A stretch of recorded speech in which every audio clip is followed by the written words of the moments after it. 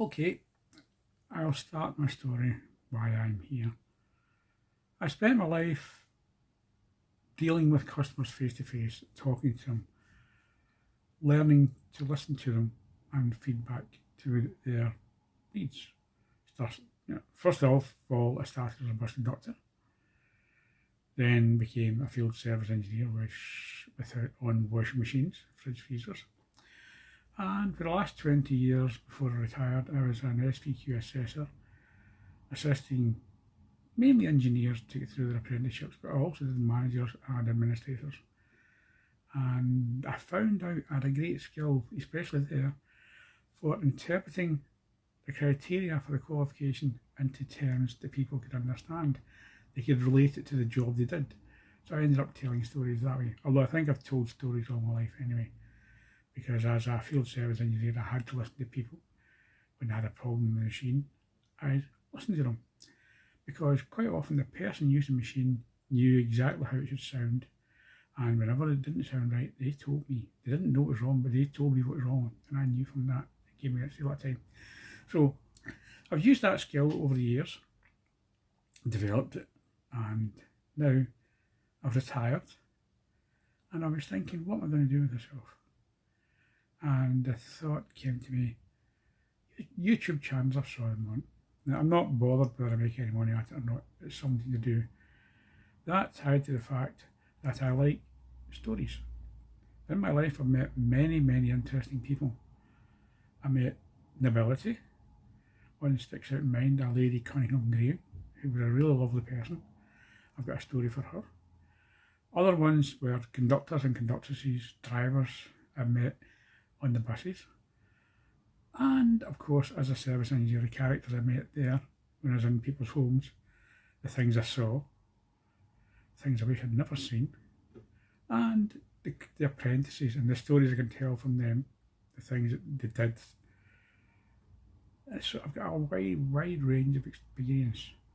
The other thing of interest to me is stories I've been told by people.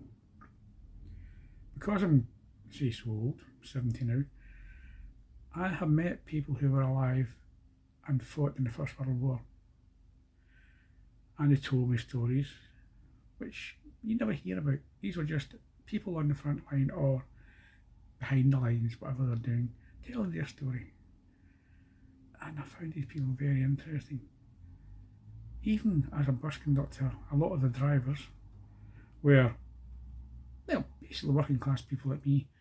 It was very rarely though, but I did find a doctor. I've had a couple of teachers.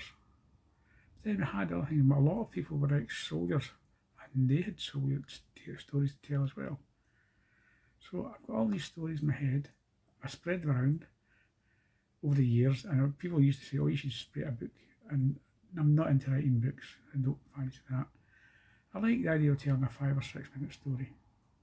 And originally I had intended to use artificial intelligence to write my stories and produce videos, because I wasn't sure about me speaking on camera.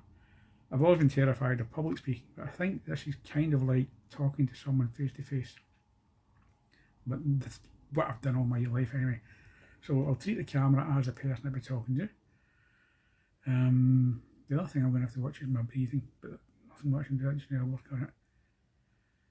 That should give an idea where I want to be. The reason why I gave up on the AI is because quite often in the story I get the AI to generate my story with a very, very refined actor, very refined voice, well spoken, it was really good, but they never ever got the pronunciations for Scottish names properly. Edinburgh, they called it Edinburgh. Helensburgh. Dalriach, that one through them. I never even tried Auchenshugel, Auchtermuchty. Any of these places I've been. Even a simple word like Loch Lomond, they always use the kind of English term of loch. Totally different thing. A loch is a lake in Scotland. A loch is a set of gates in a canal, but they just seem to call it a loch. I don't know why. An interesting side, there is one and only one lake in Scotland, the Lake of Menteith, up in Stirlingshire, and that is where Mary Queen of Scots was held prisoner. But that's different. Okay, I'll call a halt here. This is my introduction for my speech anyway.